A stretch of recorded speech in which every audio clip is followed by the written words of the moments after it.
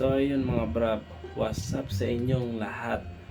At so ngayon, sobrang tagal ko na talagang hindi nakakapag-vlog dahil sa sobrang busy, no? Busy na lang lagi sa trabaho. So ngayon, naisipan ko na magpatanggal din ng stress, kaya ayun, nagmumotor-motor din ako, pero wala pa akong pang video. So meron akong cellphone holder sa aking motor, pero yung video niya is sobrang shaky pag sa front. I mean, dun sa sa harap, 'di ba? Pero pag dito sa akin, papunta sa akin, maganda yung quality ng camera, hindi siya yung magalaw, hindi siya shaky. So ayun nga, naisipan ko mag-order sa Shopee at para naman maganda yung quality ng video. So ayun, papakita ko sa inyo yung aking order sa Shopee and ikakabit ko na rin siya sa aking helmet. So eto, pasensya na pala sa aking bahay at medyo may konting konting lang naman. Yung boses ko is konting hinay lang kasi medyo anong oras na rin at may tulog na sa kabila. So ayan, pasensya na rin sa aking bahay at nakikita nyo sa aking background, napakaganda, napakalinis at walang gulo. So by the way, dito na tayo sa ating content. Bubuksan ko na itong aking order sa Shopee. By the way, ano nga pala to? Magkano ko siya nabigay? 130 pesos na siya. 130 pesos lang. So ngayon ko lang siya bubuksan. Kanina lang dumating. So eto na, bubuksan ko na siya. Yun.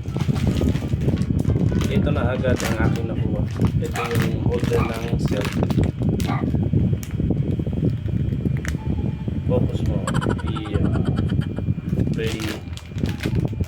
Ayan guys. Up next. Ayan. Ito yung mismo pinaka-holder pala ng cellphone. Ayan. Siyempre ipapakita ko na sa inyo mamaya pagka nakabit na. So, kasi matagawak ng cellphone. Kasama na rin pala siyang pang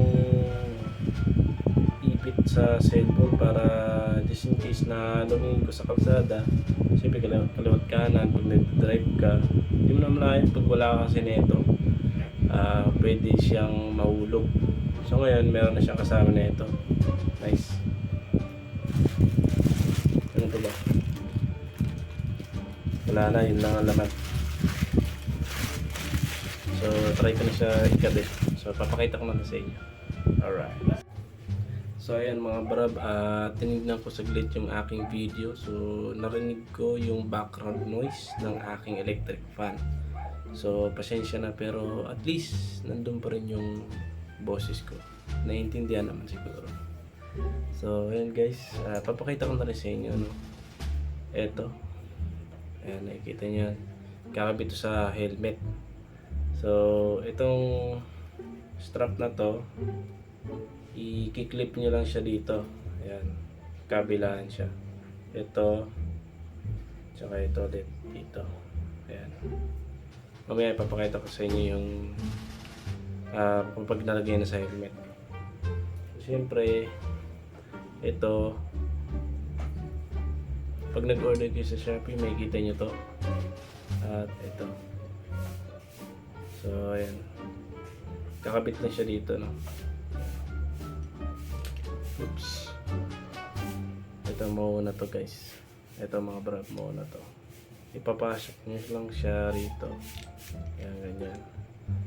Tapos yan dito. Ito lang. Ito.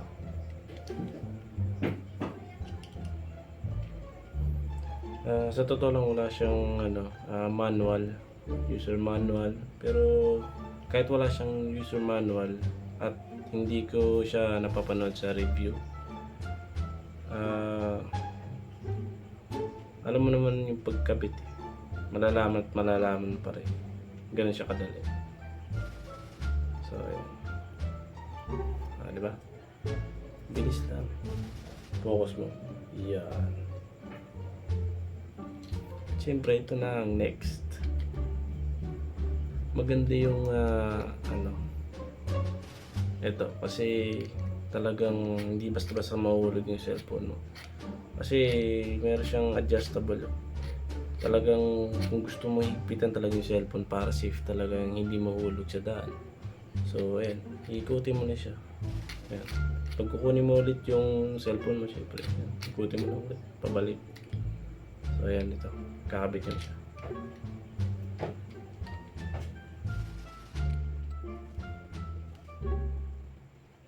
$360 rin pala ito mga brad. Ayan, pwede nyo siyang pa-landscape, pwede rin yung nakatayo siya. Itong ganito position naka-landscape to eh. Pero pwede siyang nakatayo siya. Iikotin mo lang dito. So, ayan. Ito na.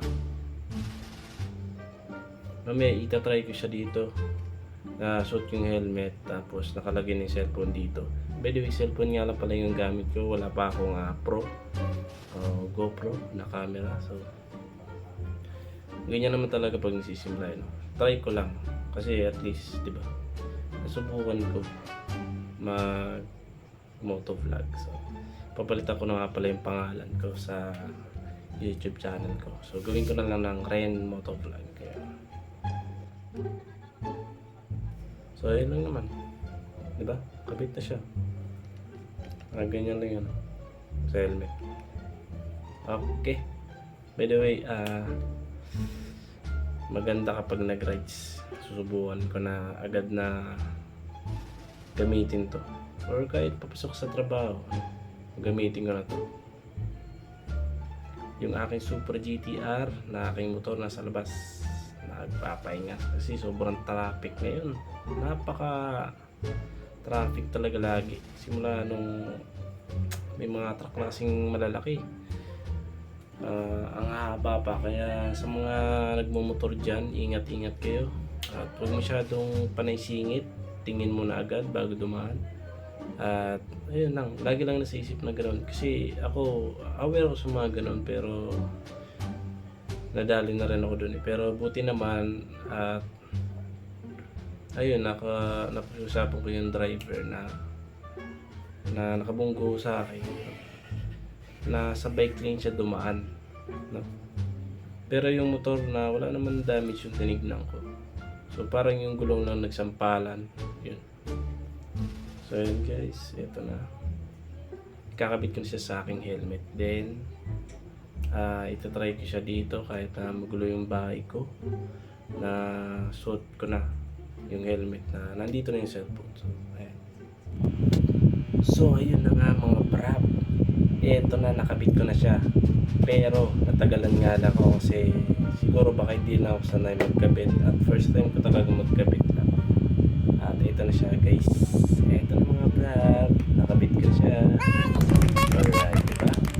Napakalapit. Parang motovlog na talaga. By the way, ang aking helmet, ang brand niya ay Evo. So, naman Evo.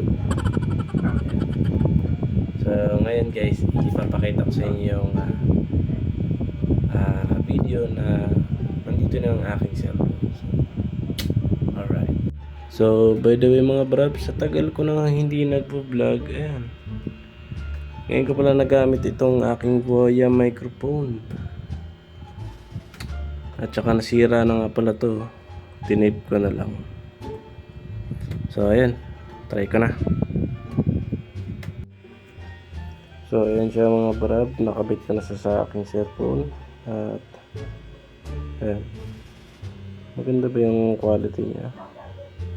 By the way, wala nga pala akong suot pang microphone. So kaya ganyan lang yung inyong maririnig. So ayan. So maganda na to ngayon kaysa yung sa cellphone holder ko siya sa aking motor. So maganda yung dito sa chin para at least, di ba, hindi siya yung gaano ka-shaky. So ayos naman yung cellphone kahit na lumingin-lingin ka ng biglaan, hindi naman siya yung basta-basta mahuhulog. Basta higpitan niya lang yun nandito. So sa nagawa ko ngayon ay medyo parang sablay na konti. So ito lang naman, higpitan ko lang naman dito. Ayan, mabilis lang yan. And then syempre pinakita ko lang sa inyo yung camera. Ito ang aking gamit, cellphone lang. So ayan, nice. Alright. So ayun lang mga brab. Maraming salamat sa panonood. And huwag niyong kalimutan mag-subscribe sa aking YouTube channel. At ayan, medyo kahit sablay yung aking nagawa ngayon, pero at least alam ko pa rin yung kung paano kabit. Ayan. Napakasimple lang naman mga brab yung pagkabit na ito. So kayang-kaya nyo to kahit walang user manual. Pero kung gusto nyo talagang malaman kung paano talaga step by step, kung paano malaman talaga, ay i-search nyo lang kung paano sa YouTube. Diba? Pero sa totoo lang medyo kinakabahan ako ng konti dahil siguro nga hindi ko lang masyado naigpitan. Kaya medyo may konting galaw dito sa pinaka holder niya. Ayan. May konting galaw dito. Pero kanina, nasample lang ko naman yung biglaan lingon. Hindi naman siya yung bigla talaga yung mahuhulog yung cellphone mo, hindi. Kapit na kapit naman talaga siya. So, ayun. So, siguro kakabahan ka talaga na baka mahulog yung cellphone mo. Pero hindi naman. Hindi ko pa siya nakakabit yung yung pinakita ko kanina, yung eto. So kapag nakabit ito, sigurado hindi mahuhulog talaga ang cellphone mo. Kaya huwag kang mangamba na baka mahulog sa daan yung cellphone mo. Mahirap yun. So ayun guys, maraming salamat sa panonood. At huwag niyong kalimutan mag-subscribe sa aking YouTube channel. Ayan, baka naman. Meron akong pang motovlog. Alright, simulan na natin ang alamat. Let's go! Peace out na mga brab, at kakain pa ako. At siyempre sleep na para bukas matulog. Para bukas pumasok na ulit sa trabaho. Alright, bravo to the world.